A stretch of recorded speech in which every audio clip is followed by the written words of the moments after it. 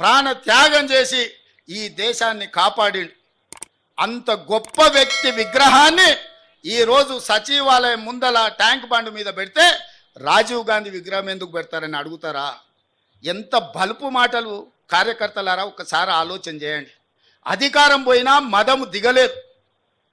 గాంధీ కుటుంబాన్ని కుటుంబ పాలన అంటున్నారు. ఆ సన్నాసులకు చెప్పండి, రాజీవ్ గాంధీ గారు ప్రధానమంత్రిగా చనిపోయిన తర్వాత దాదాపుగా 15-20 ఏళ్ళు కాంగ్రెస్ అధికారంలో ఉంది. సోనియా గాంధీ గారు ఏ పదవి తీసుకోలే, కేంద్ర మంత్రి పదవి తీసుకోలే, ప్రధానమంత్రి పదవి తీసుకోలే. 2004 నుంచి 2014 10 సంవత్సరాలు బలమైన యూపీఏ ప్రభుత్వం ఉన్న సోనియా గాంధీ గారు, రాహుల్ గాంధీ గారు ఏ పదవులు తీసుకోలే. కేంద్ర మంత్రి పదవి కానీ ప్రధానమంత్రి పదవి కానీ తీసుకోలే. ఆనాడు రాజీవ్ గాంధీ గారు చనిపోయినాక దాదాపుగా 3 దశాబ్దాలుగా పైగా కాంగ్రెస్ పార్టీలో గాంధీ కుటుంబం ప్రధానమంత్రి, కేంద్ర మంత్రి పదవి తీసుకోలేదు. పదవి త్యాగం అంటే వాళ్ళని చూడాలి, ప్రాణ త్యాగం అంటే వాళ్ళని చూడాలి, స్వతంత్ర పోరాటం అంటే ఆ కుటుంబాన్ని చూడాలి. మోతీలాల్ నెహ్రూ, పండిత్ జవహర్లాల్ నెహ్రూ స్వతంత్రం కోసం పోరాటం చేసి ఈ దేశానికి స్వతంత్రం తెచ్చినోళ్ళు. శ్రీమతి ఇందిరాగాంధీ, శ్రీ రాజీవ్ గాంధీ ఈ దేశం కోసం ప్రాణాలు త్యాగం చేసి దళిత గిరిజన ఆదివాసీలను ఆదుకున్న జాతి. సోనియా గాంధీ, రాహుల్ గాంధీ పదవి త్యాగం చేసి మన్మోహన్ సింగ్, పివి నరసింహారావు లాంటి మేధావులను ఈ దేశానికి ప్రధానమంత్రులుగా పరిచయం చేసింది. తెలంగాణ బిడ్డను ఈ దేశానికి ప్రధానమంత్రిని చేసింది శ్రీమతి సోనియా గాంధీ కాదా? ఇవాళ మనం గొప్పగా చెప్పుకుంటున్నాం, మన తెలంగాణ బిడ్డ, మన వంగర బిడ్డ ఈ దేశానికి ప్రధానమంత్రి అయిన. ఎట్లయినా శ్రీమతి సోనియా గాంధీ గారు ఆనాడు పివి నరసింహారావు గారిని ఈ దేశానికి ప్రధానమంత్రిగా చేయలేదా? మన్మోహన్ సింగ్ను ఆర్థిక మంత్రిగా చేయలేదా? ఈ దేశానికి ప్రధానమంత్రిగా చేయలేదా? పదవీ త్యాగం అంటే సోనియా గాంధీ గారిది, రాహుల్ గాంధీ గారిది. మరి సన్నాసులదేందయ్యా? అయ్యి ఉండంగానే అయ్యా ముఖ్యమంత్రి, కొడుకు ఐటీ మంత్రి, అల్లుడు సాగునీటి పారుదల శాఖ మంత్రి, బిడ్డ ఎంపీ, సడ్డకుని కొడుకు రాజ్యసభ. దుర్మార్గులారా, రాష్ట్రాన్ని దోసుక తిని పదవులని పంచుకొని వందలాది ఎకరాల ఫామ్ హౌసులు కట్టుకొని మీరు గాంధీ కుటుంబం గురించి మాట్లాడతారా? గాడిదకి ఏం తెలుసు గంధం చెక్క వాసన అని పెద్దోళ్ళు ఎప్పుడో చెప్పారు. ఈ గాడిదలకు తెలుసా గాంధీ కుటుంబం గురించి అని నేను అడగదలుచుకున్నా. ఆనాడు చాకలైలమ్మ ఒక్క మాట చెప్పింది, గడీలలో గడ్డి మొలవాల్సిందే అని. సాయుధ రైతాంగ పోరాటం గడీలలో గడ్డి మొలిసింది, గడీలు బద్దలై ప్రజాస్వామిక పాలన వచ్చింది. ఇవాళ నేను చెప్తున్న బిడ్డ, మీ ఫామ్ హౌస్లలో జిల్లేళ్ళు మొలిపిస్తా. మీరు అనుకుంటురేమో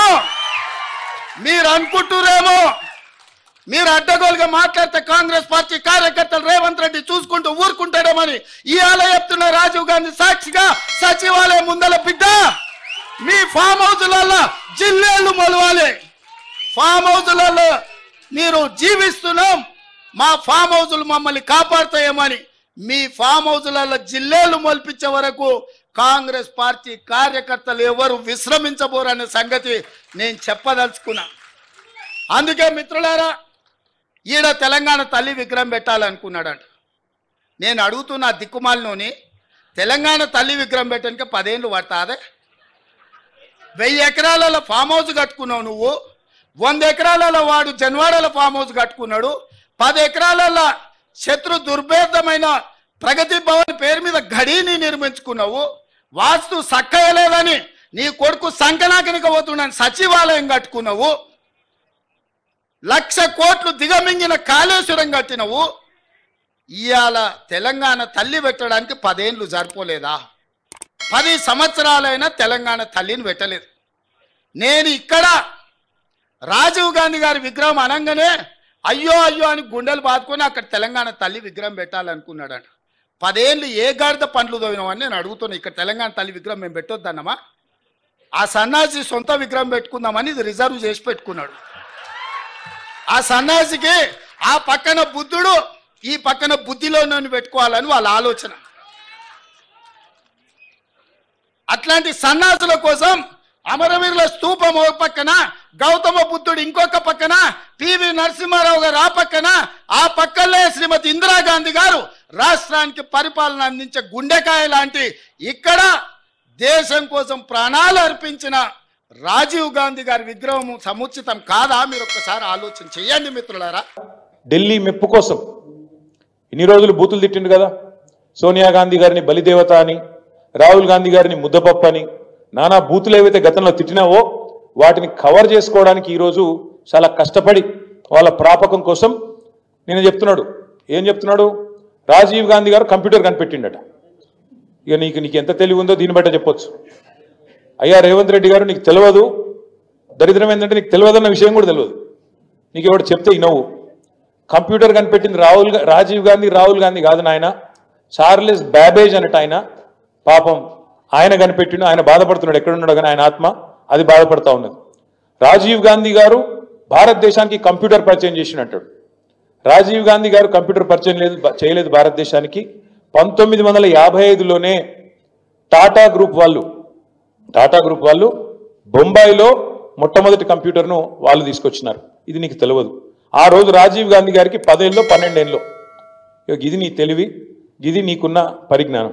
ఇక దాంతోపాటు మీకు తెలుసు ఈ రాష్ట్రంలో పరిస్థితి ఎట్లా ఉంది అంటే, ఒకవైపు చికెన్ గున్యాలు, విష జ్వరాలు, మరొక వైపు ఈ డెంగ్యూలు, పారిశుద్ధ్యం పడకేసింది.